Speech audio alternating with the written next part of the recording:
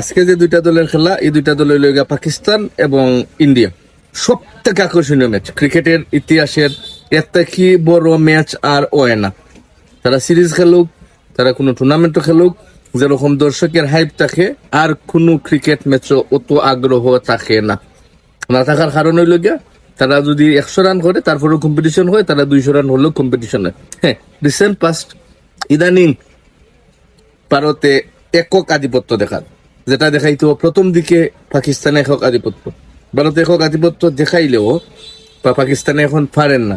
কিন্তু overall total যদি আমরা হিসাব করি তাইলে সব থেকে বেশি জয় কিন্তু এখনো পাকিস্তানের বেশি।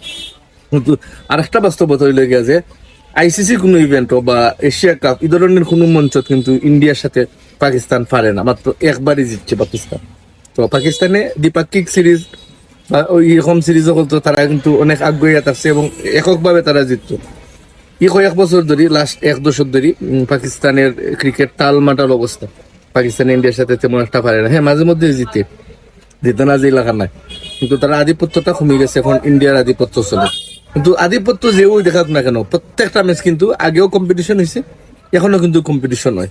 এবং আমরা যারা ক্রিকেট দেখি, ক্রিকেটে বা লাফাই, তারা অধীর আগ্রহে অপেক্ষা করি পাকিস্তান এবং ইন্ডিয়ার খেলা দেখার লাগে। আশা করি খুব জমজমাট একটা ম্যাচ হইব। ধন্যবাদ সবাই, আল্লাহ হাফিজ।